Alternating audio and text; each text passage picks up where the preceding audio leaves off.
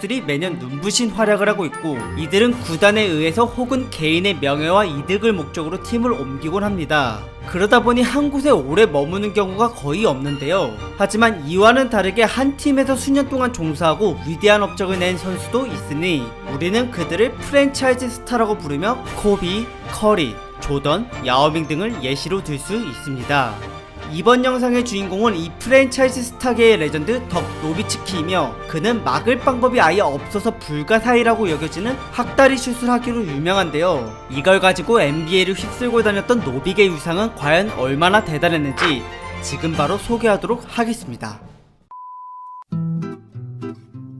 1978년 독일의 비르츠부르크, 농구 선수인 엄마와 핸드볼 국가대표였던 아빠 사이에서 태어난 노빅은 운동선수 집안이라 그런지 어릴 때부터 여러 스포츠의 두각을 드러냈고, 그중 테니스를 가장 잘했습니다. 그러다 13살 때 평소 또래보다 높았던 노빅의 키는 어느덧 선생님을 넘어설 정도로 급성장해버렸고, 이때부터 그는 농구를 하기로 마음먹은 뒤 지역팀이었던 DJK 비르츠부르크에 들어갔는데요. 여기서 평생을 같이 하게 될 은인 홀거 게슈빈드너 코치를 만나게 됩니다.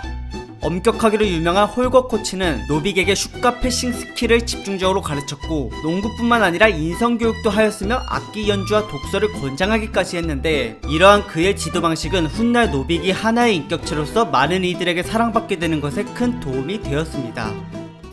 계속해서 일치월장하는 어린 제자를 보고 감탄한 홀거는 어느 날 노빅에게 세계 무대를 목표로 할지 아니면 국내 최고 선수에서 만족할 것인지를 결정하라고 했는데요. 이에 노비츠키의 대답은 세계 무대였고, 이후 홀거의 체계적인 훈련을 받으며 더 성장한 그는 유소년 팀을 떠나 성인 팀에 합류하게 되었는데, 당시 노빅의 나이는 불과 16살이었습니다. 17살 때부터 선발 선수로 발탁된 노빅은 최선을 다해 뛰기 시작했고, 여기서 그의 목표는 단 하나, 우선 2부 리그에 머물러 있는 팀을 일부러 승격시키는 것이었습니다. 코트 위에서 펼쳐진 노빅의 플레이는 매우 인상적이었는데, 슈팅을 비롯해 어릴 때부터 단련된 탄탄한 기본기에서 거대한 피지컬까지 더해지니 어른들을 상대로 전혀 밀리지 않는 걸 떠나 심지어 압도적이었으며, 그 결과 작년만 해도 중위권에 머물러 있던 소속팀을 정규리그 2위로 이끌어 승격 결정전에 진출시켰습니다. 하지만 여기서 패배하는 바람에 2부 리그에 남게 되었고, 다음 시즌에 다시 도전했지만 평균 20득점 가까이 했음에도 불구하고 또 승격을 실패하고 말았습니다. 그러고 나서 정말 마지막이라고 생각하고 97-98 시즌을 시작했는데요. 하지만 노빅은 18살 때부터 의무였던 10개월 군복무에 발목을 잡히게 되었습니다. 그래도 다행히 독일은 복무 기간을 조금씩 나눠서 이행하거나 운동선수에겐 어느 정도 경기를 뛰게 해주는 제도가 있었기 때문에 노빅은 군인 신분임에도 리그 40경기 중 20경기를 참가할 수 있었으며, 이때 정말 필사적으로 뛰고 나서 평균 28.3득점, 득점왕을 기록한 뒤 팀을 1부 리그로 승격시키는 걸 성공하였습니다. 그 공로를 인정받아 올해의 독일 농구 선수로 선정된 노빅은 나이키가 주관하는 각 최고의 전세계 유망주와 미국 유망주끼리의 경기에 참가하였고, 여기서 33득점 14리바운드를 선보이며 NBA 스카우터들의 눈길을 전부 사로잡았는데요. 이 시점부터 독일 한정이 아닌 세계적 유망주로 거듭나게 되었고, 때마침 군복무까지 마치게 된 그는 언론의 집중 조명을 받으며 1998 NBA 드래프트로 뛰어들었습니다. 그리고 여기서 58명 중 9번째로 미러키 벅스에게 지명을 받았는데, 그 순간 6번째로 뽑혔던 댈러스 선수와 트레이드되면서 팀을 옮기게 되었습니다. 사실 그때 당시 트레이드에는 세 팀이 맞물려 있었으며, 댈러스 매버릭스 측은 전부터 눈독들이었었던 노비츠키와 피닉스 선즈의 후보 선수 스티브 내쉬를 데려온 데 성공하였고, 그렇게 노빅은 앞으로 댈러스의 미래를 책임지게 됐음과 동시에 과거 어릴 적 홀거 코치와 했던 세계 무대 진출 약속을 지켰습니다. 노빅의 첫 98-99 시즌이 시작되었고, 이제껏 꿈꿨던 최고 수준의 무대였기 때문에 그는 어떻게 경기를 풀어나가야 할지 진중하게 생각 후 코트에 나섰으며, 파워포워드로 절반 이상을 선발로 뛰고 난 뒤에 그의 성적은 밑바닥이었습니다. 같은 빅맨으로서 상대 선수들이 갖고 있는 힘과 골밑 스킬은 상상 이상이었으며, 경기의 빠른 템포는 이전 독일 때와는 비교도 못할 정도로 문화 충격 수준이었는데요. 게다가 수비뿐만 아니라 공격도 잘하질 못했고, 3점 성공률이 20%밖에 되지 않는 등 모든 게 최악이었습니다. 이에 크게 좌절한 노빅은 포기하고 독일로 돌아갈까 생각도 했었지만, 다시 마음을 바로잡고 체육관에 나와 연습에 몰두하였습니다.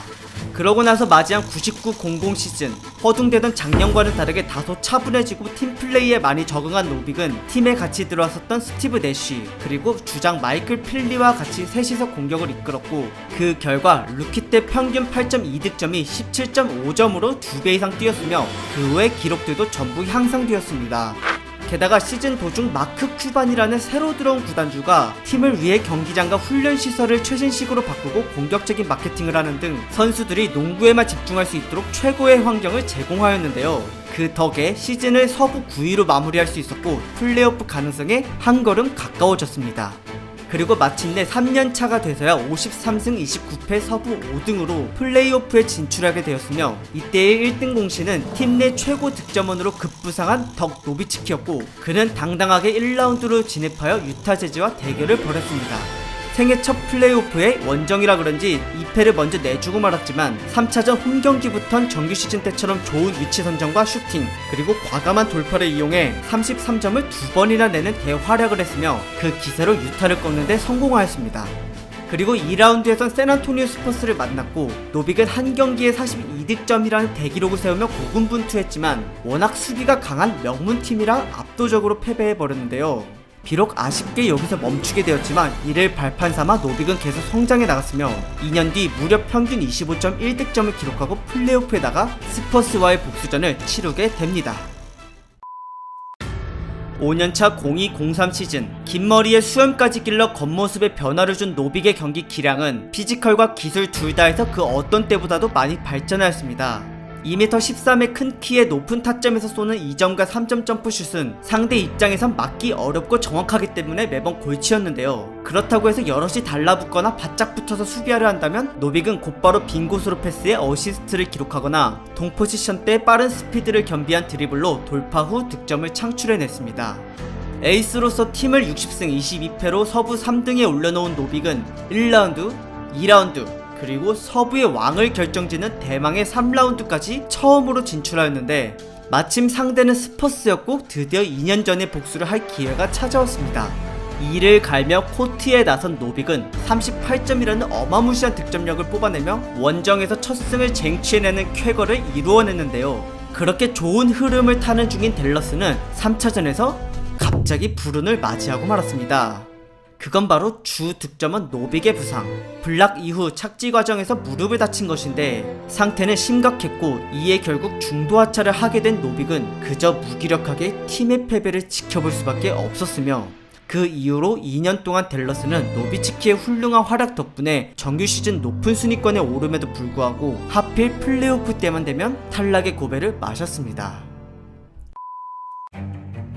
팀에 들어온 지 어느덧 8년차 05-06 시즌, 기존에 같이 동고동락했던 스티브 내쉬와 마이클 필리는 각자 다른 팀에서 뛰게 되었고, 이젠 명실상부 팀의 리더가 된 노빅은 우승 하나만을 위해 절치부심하고 경기에 뛰어들었습니다.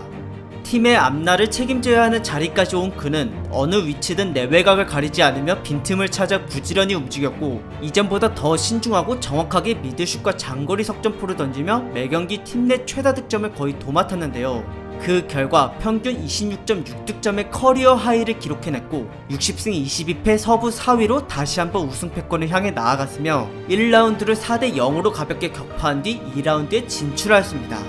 그러고 나서 만난 상대는 이제껏 플레이오프 때마다 자신을 좌절시켰던 샌안토니오 스퍼스. 이번만큼은 기필코 이기겠다고 다짐한 노빅은 스퍼스의 끈질긴 수비를 벗겨내고 득점하면서 팀의 승리를 주도하였고, 홈과 원정 2번씩 해서 4차전이 끝났을 땐 3대1로 댈러스가 더 유리한 고지를 잡고 있었는데요. 하지만 바로 2경기를 적은 점수차로 아쉽게 패배해버리면서 7차전까지 가버리고 말았습니다.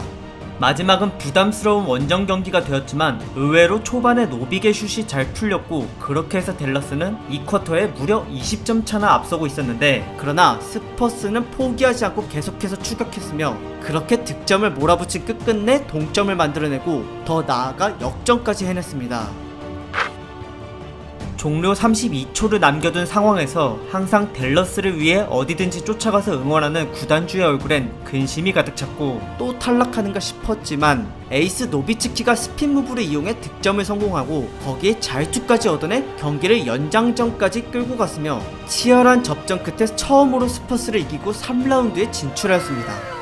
그렇게 극적인 과정을 거친 노빅은 이 기세를 몰아 3라운드마저 4대2로 이겨버리고 드디어 서부를 제패했는데요. 이젠 서부의 왕과 동부의 왕끼리의 대결인 대망의 파이널만 남았고, 여기서 드웨인 웨이드와 샤킬 오닐이 버티는 마이애미 히트를 상대하게 되었습니다.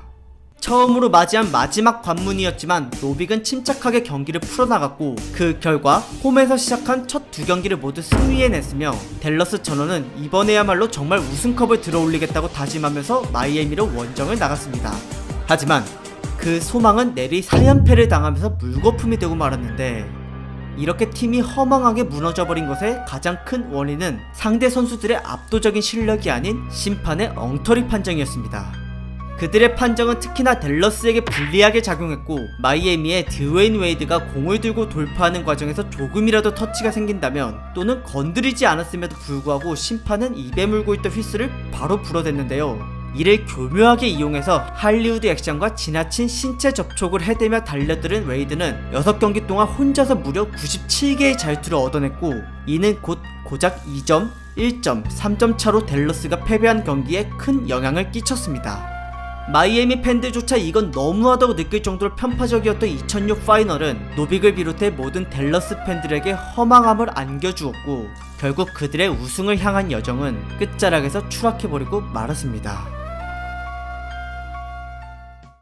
그리고 4년의 긴 시간 동안 노빅은 젊은 유망한 선수들과 영원한 숙적 샌안토니오 스퍼스에게 번번이 가로막혀 단 한 번도 플레이오프 2라운드를 넘어서질 못했으며, 그렇게 벌써 입단한 지 13년차 10-11 시즌을 맞이한 노비츠키의 나이는 무려 32살. 오랜 시간 동안 자기만을 바라봐주고 따라와준 팀원과 팬들, 그리고 구단 관계자들의 기대를 리더로서 우승으로 보답해주지 못했다는 사실에 노비츠키의 어깨는 점점 무거워져만 갔습니다.